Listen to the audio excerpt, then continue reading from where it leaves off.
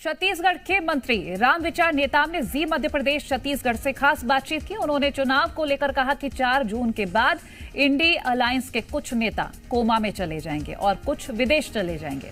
रामविचार नेताम ने छत्तीसगढ़ की सभी 11 सीटों को जीतने का दावा किया है। छत्तीसगढ़ में चुनाव संपन्न हो चुका है। सबको इंतजार है 4 तारीख का। 4 तारीख को लेकर के नेताओं के अपने अपने दावे हैं, अपना अपना आकलन है। इस वक्त हमारे साथ छत्तीसगढ़ के कैबिनेट मंत्री रामविचार नेताम हैं। उनसे बातचीत करते हैं। दावे तो आप लोगों की 11 सीट जीतने के हैं, आकलन क्या है? आकलन भी है, दावा ही नहीं है। आकलन भी है छत्तीसगढ़ में कि हम 11 के 11 सीट जीतेंगे।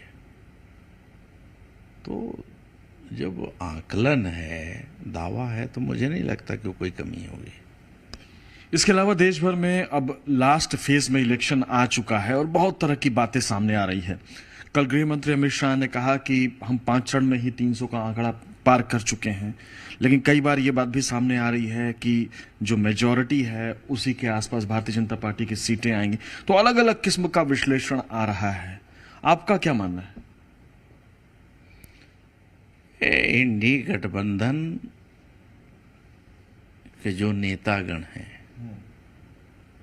उनके बयान के आधार पे बाकी लोग सीटें कम बेसी के आकलन कर रहे हैं। जमीन में हकीकत क्या है, जमीन में कहां तक ये इंडी वाले पहुंचे हैं, इनको मालूम ही नहीं है।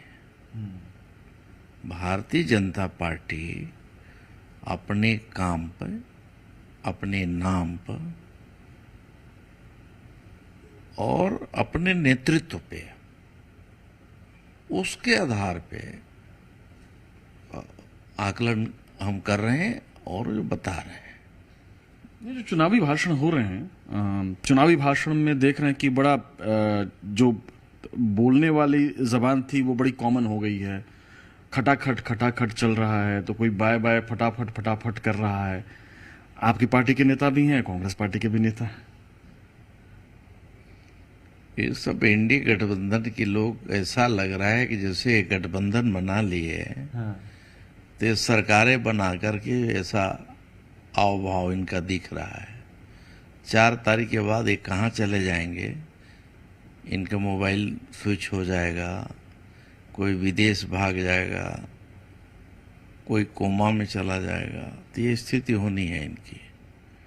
तो इसलिए ये सब इस तरह का उलुल जुलुल की बातें और प्रधानमंत्री जी के उस गरिमा को अभी ध्यान नहीं रखते हुए विपक्ष वालों ने जो कमेंट किया है, जो गलत बयानबाजी किया है, उसका जो है जितना निंदा किया जाए वो कम है। कांग्रेस पार्टी संविधान के सवाल को बहुत जोर शोर से उठा रही है, और कांग्रेस ही नहीं बल्कि दूसरी जो विपक्षी पार्टियां हैं।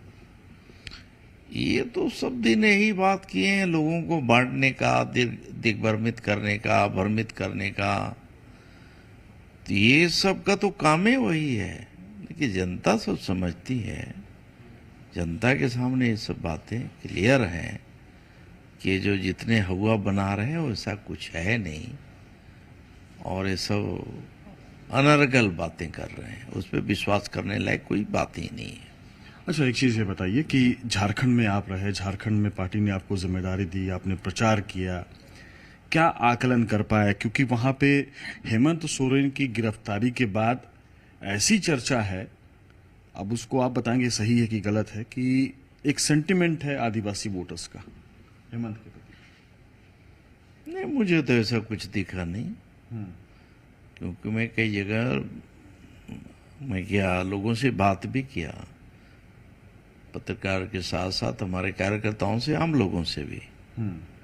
तो इस तरह की कोई बात तो कि हेमंत के अंदर जाने से कोई अच्छे कर्म करके तो गए नहीं है।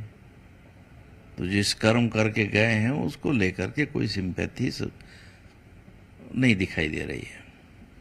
बहुत बहुत शुक्रिया हमसे बातचीत करने के लिए। तो ये थे भारतीय जनता पार्टी में बड़े आदिवासी नेता रामविचार नेताम, और उनका साफ तौर से कहना है कि 4 तारीख के बाद जब नतीजे आएंगे तो विपक्षी पार्टियों के कुछ नेता कोमा में चले जाएंगे और कुछ विदेश चले जाएंगे, कुछ के मोबाइल स्विच ऑफ हो जाएंगे।